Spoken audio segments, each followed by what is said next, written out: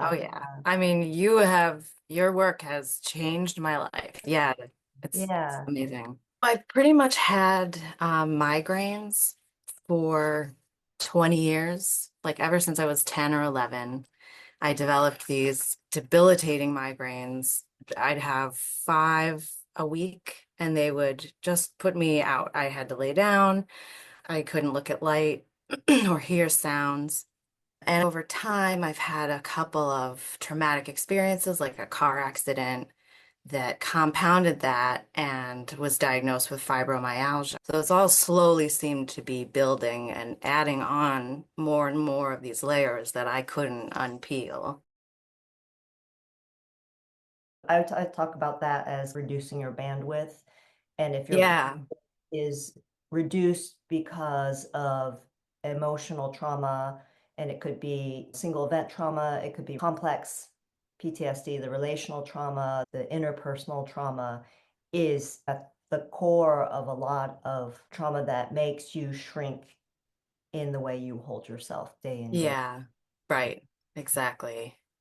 Yeah, I felt like so small and I didn't realize like how much I was rounding my shoulders and like just not feeling like I was allowed to be here or live here.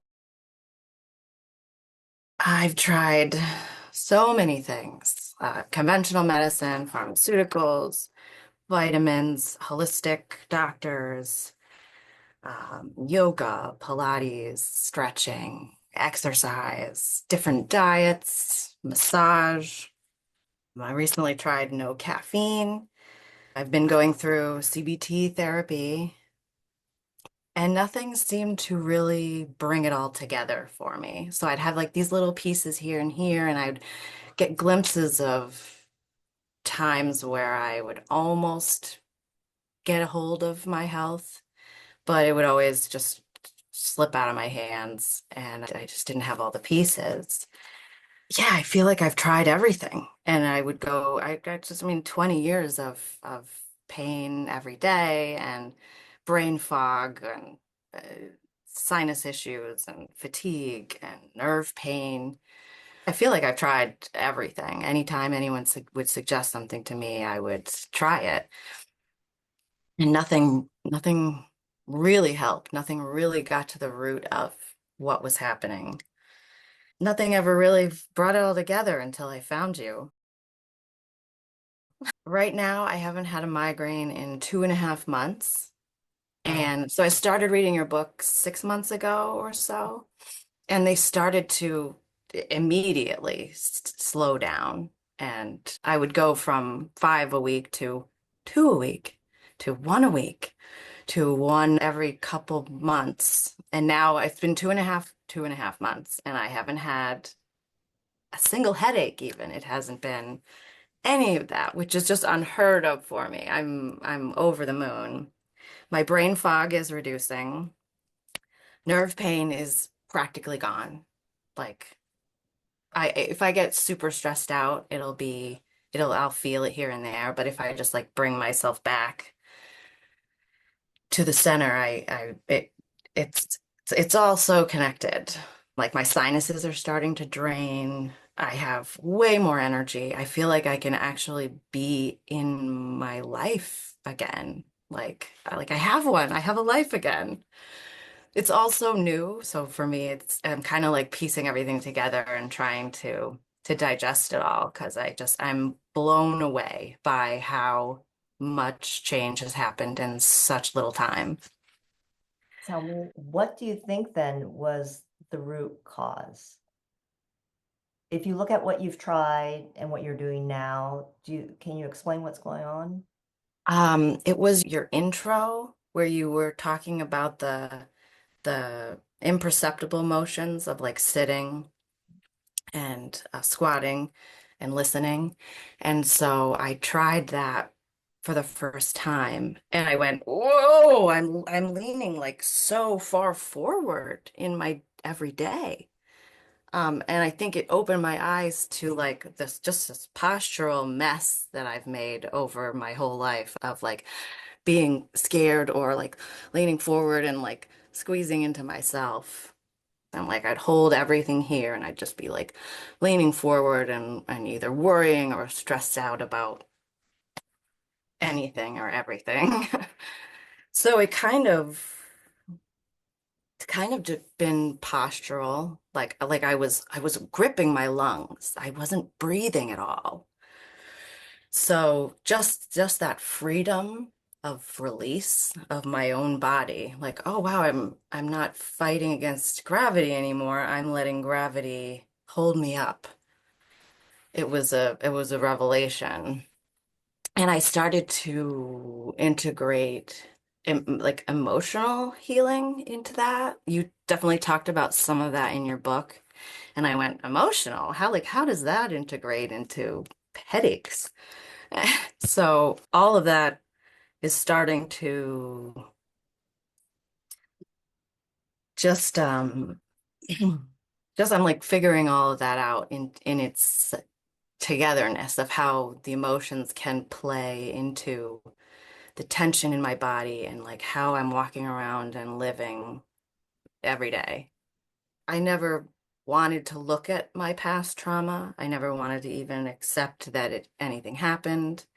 And this was like it like brought me to the root and brought me back to being able to say, wait a minute, there must be a reason why I've collected all of these physical issues. And once I started looking at like, wow, all this stuff that happened to me, I felt like I was good enough. Like I can be in my own space. I can hold my own space now.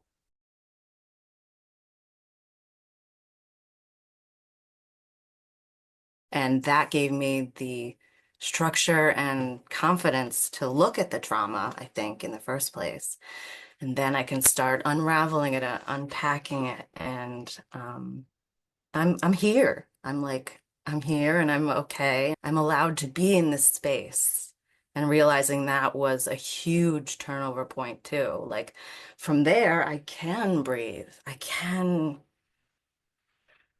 be myself and I'm allowed to be here. It Oh, was, that's great. yeah, Yeah, that's great. The words you use are exactly coming from a real palpable felt experience of that. Because what you're saying, you probably have already heard and maybe have read, right. but those platitudes without any sort of real direct experience just kind of blows by. You, Yeah, like I can, right. I can hear those things, but I'm not necessarily taking them into myself and in my daily life. So these exercises were like a ground point I could work off of and build up through. yes, yes, exactly, exactly. And that's what you're doing every day, just standing and walking, what you're doing Yes. already. But Right. the shape that we take internally is often an emotionally protective state if it's dysfunctional like that. Yeah, the I had never heard of like different trauma states like functional freeze or any of those. So I think I started to delve more into that once you opened my eyes to the emotional component of it all. That's wonderful. Yeah, Yeah, it's been phenomenal. that's I awesome. can't even express just not being in pain every day, not Well, wondering why is this happening to me, like what could it be? Like, what have I done? And then realizing it is what I've done. And I need to actually accept that and acknowledge that these experiences that I've been through are part of what makes me me. And I can learn and grow from everything. that's exciting. Is anything that you're saying right now stuff that you heard when you were, for instance, going through CBT?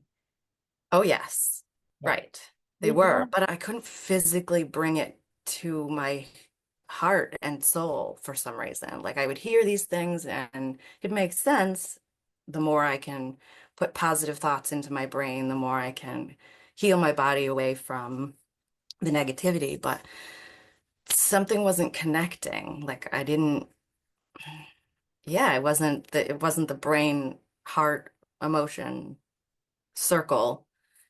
It was just I was just learning things. but to Hmm. actually put it into practice with a physical exercise was so life-changing.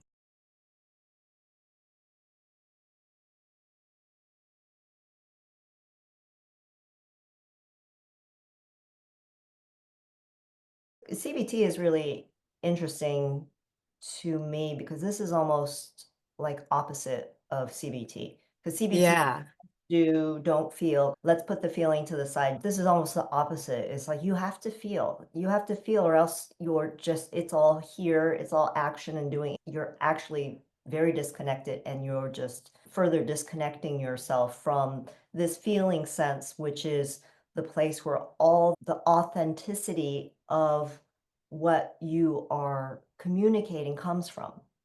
right. Yeah, that like I had so much disassociation. I feel like I haven't lived that life. That wasn't even me. I'm just like been looking down at myself. Ah, So now, yeah, it's the, totally different. I can look, I have to look at it. I have to look at what's happened. how has it changed your interpersonal relationships? I have a best friend and I haven't talked to her in 7 or 8 years. I think because of it ties in with some emotional stuff. And recently we've just started talking again. So I've reached out to her, which I would not have done. I would have just been too scared. So it's been rekindling past relationships and it's Oh. been really, really rewarding.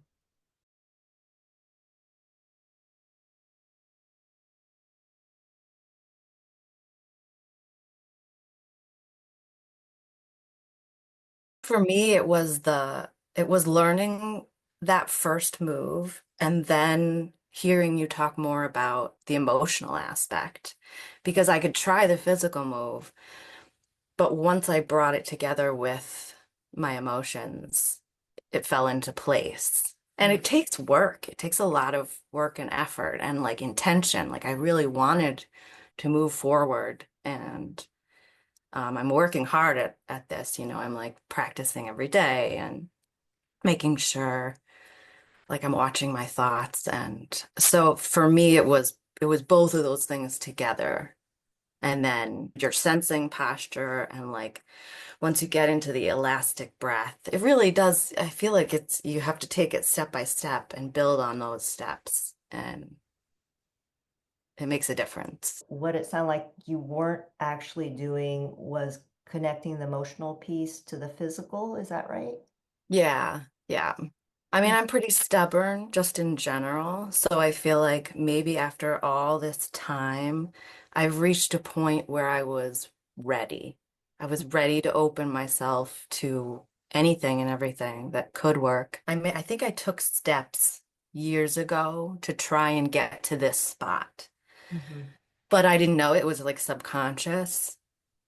But I never gave up that internal hope that I could heal. I held on to that, and if something started to work for me, I could lean into it and learn as much as I could from that. But keep going and moving to whatever I felt was most necessary for me at that time.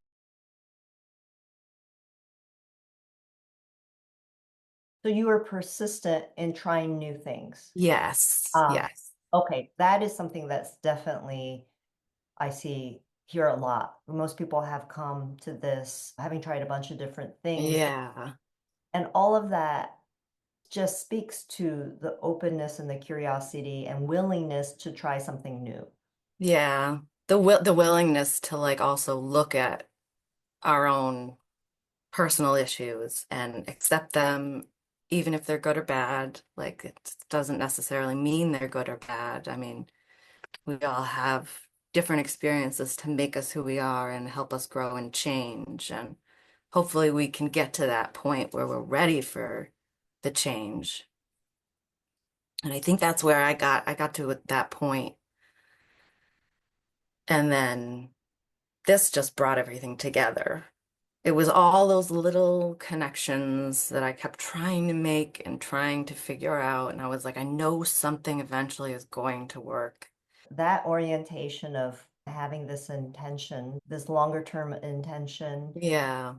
and working towards something and being Like I'm open. going to devote myself to it every day. I'm going to make sure I always take steps forward every day. Okay, so despite your migraines and your pain, you were still trying something different because you knew there was an other side for you.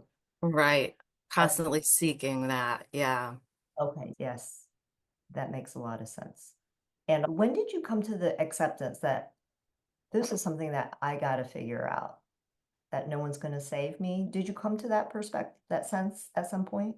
Yeah, it was about 6 months ago. It was roughly the same time I got your book. Oh, Um, okay. yeah, it was just rock bottom. It was like desperation, like my head in my hands, so much pain. Like I can't do this anymore.